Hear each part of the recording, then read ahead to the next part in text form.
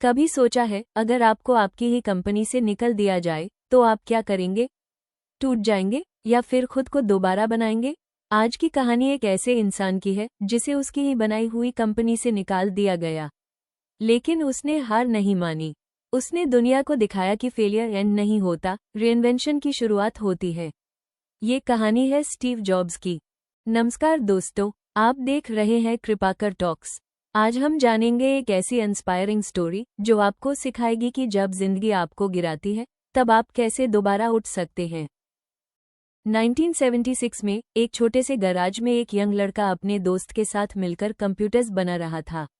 उस लड़के का नाम था स्टीव जॉब्स। उनका सपना सिंपल था, टेक्नोलॉजी को हर घर तक पहुंचना। दिन रात की मेहनत रंग लाई और उनकी कंपनी एप्पल दुनिया की सबसे इनोवेटिव कंपनीज में शामिल हो गई। सिर्फ 30 साल की उम्र में स्टीव जॉब्स एक करोड़पति नहीं बल्कि दुनिया के सबसे सक्सेसफुल एंटरप्रेन्योर्स में से एक बन चुके थे। सब कुछ परफेक्ट लग रहा था, लेकिन जिंदगी की कहानी में ट्विस्ट अभी बाकी था। 1985 कंपनी के अंदर डिसएग्रीमेंट्स बढ़ने लगे। बोर्ड ऑफ डायरेक्टर्स ने एक शॉकिंग डिसीजन लिया।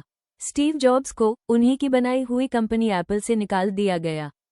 सोचिए, जिस सपने को आपने अपने हाथों से बनाया हो उससे आपसे छीन लिया जाए। ये सिर्फ एक प्रोफेशनल सेटबैक नहीं था, ये एक इमोशनल हार्टब्रेक था। स्टीव जॉब्स ने बाद में कहा था, getting fired from Apple was the best thing that could have ever happened to me. लेकिन इस वक्त उनके लिए ये जिंदगी का सबसे बड़ा फेलियर था। वो टूट गए थे, उन्हें समझ नहीं आ रहा था कि अब क्या करें। कुछ महीनों तक स्टीव जॉब्स डिप्रेशन और कंफ्यूजन में रहे, लेकिन फिर उन्होंने एक फैसला लिया, मैं हार नहीं मानूंगा। उन्होंने अपने आप को दोबारा पहचाना, उन्होंने अपने पैशन को याद किया और यहीं से शुरू हुआ उनका रीइन्वेंशन। उन्होंने एक नई कंपनी शुरू की, नेक्स्ट। इसी दौरान उन्होंने एक छोटी सी एनिमेशन कंपनी खरीदी जिसका नाम था पिक्सर। लोगों ने उनका मजाक उड़ाया, किसी को उनकी विजन पर भरोसा नहीं था, लेकिन स्टीव जॉब्स को था। 1995 में पिक्सर ने दुनिया की पहली fully animated film toy story release की और वो ब्लॉकबस्टर बन गई। स्टीव जॉब्स फिर से दुनिया के सामने एक विजनरी के रूप में उभार कर आए। किस्मत ने एक और मोड़ लिया। 1997 में एप्पल फाइनेंशियल क्राइसिस से जूझ रही थी।